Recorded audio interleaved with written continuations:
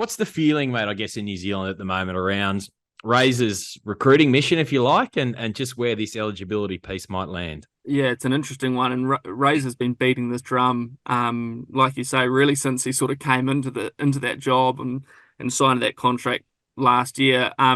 Richie Mo'unga is a world class first five who Razor really doesn't think has actually reached his ceiling in international rugby yet. And when you look at the runway through to the next World Cup, in 2027, that is a chance for Richie Mo'unga to what Razor hoped would be a chance for Richie Mo'unga to just own that All Black number 10 jersey. And the way we saw Dan Carter do for so many years, just be that guy. And he's gutted that he's lost the ability to do that. I think Scott Robertson, he's obviously very close with Richie Mo'unga, and he talks about how he just feels it's a bit of a waste having someone as world class as Mo'unga and not having him eligible for the All Blacks. Now, New Zealand Rugby is not going to change their tune on this, so in a way, Scott Robertson is sort of fighting a losing battle here because they've made it very clear about what their thought process is around eligibility, and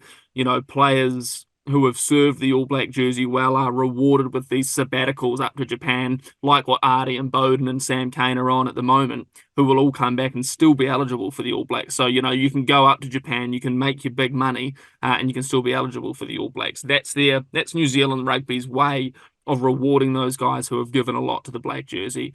But yeah, he is desperate to see Richie Mo'unga back in a black jersey. I even think, if he was to see out his contract in Japan, which there's obviously no indication that he would not do that, and then come back in, I think, 2026.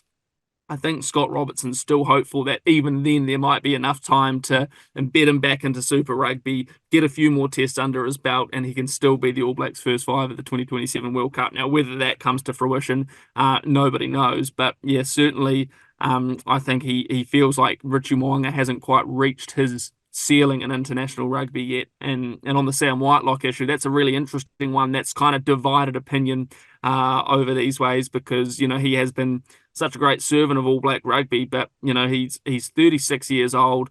Played 1,000 Test matches, it seems like, and now it feels like this is the perfect runway to start embedding some of those younger guys. You've still got Scott Barrett there, an experienced All Black lock. You've got Tupovati, who's played for the All Blacks for the last few years. Josh Lord, who's got Test experience as well. And importantly, you've got a long runway. The World Cup's not next year, so you've got time to actually build these young locks up and get them ready to excel at Test rugby. So the idea of getting Sam Whitelock back seems to have divided opinion over here, and some who just want to see a legend of the game back in black, but others who I think feel like that ship has sailed, and now is the time to give some of those young upcoming locks a bit of runway to establish themselves in Test rugby.